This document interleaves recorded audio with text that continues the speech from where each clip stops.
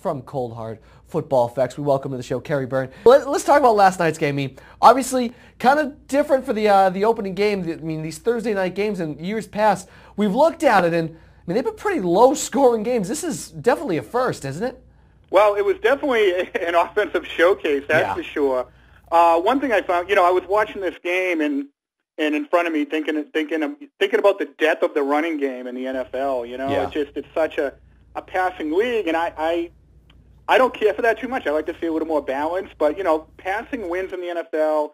It's always won in the NFL. Even, we did a whole thing on Sports Illustrated this week. Even Vince Lombardi's Packers, they might have run the ball all the time, but they won because they were a dominant passing team. They were just hugely effective passing the ball and stopping the pass. And that's the same reason the Packers won last year. They were number one in what we call passer rating differential. But it's reached a point now to where the teams almost don't even run the ball. You know what I mean? I'm looking at the score sheet right now. What was it, 26 attempts by the Packers on the ground and 20 against 49 pass attempts for the Saints. So it really was an offensive showcase. Now, to get to your question about, kind of the history of these debut games, what I find interesting, Tyler, is that, it used to be defending champs really struggled. For 20, 30 years, defending champs struggled out of the gate in week one. Mm-hmm. I think they'd covered the spread 5 times.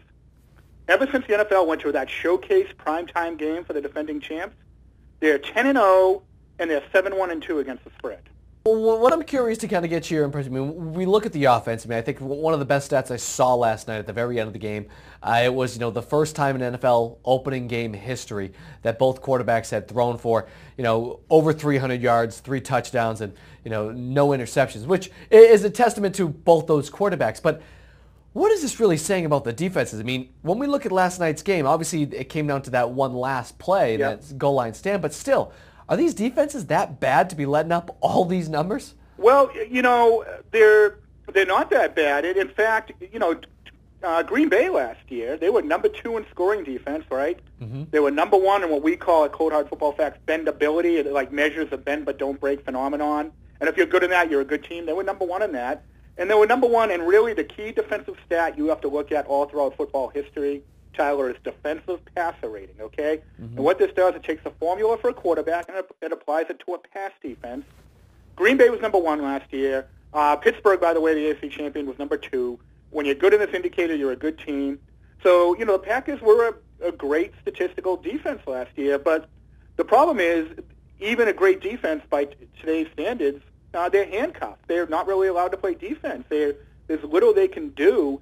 And we've seen, Green Bay last year, a 67 defensive passer rating. That means the quarterbacks against them had a combined 67 rating, okay? Mm-hmm. That was number 1 in football. That would have been middle of the road even 10 years ago. Wow.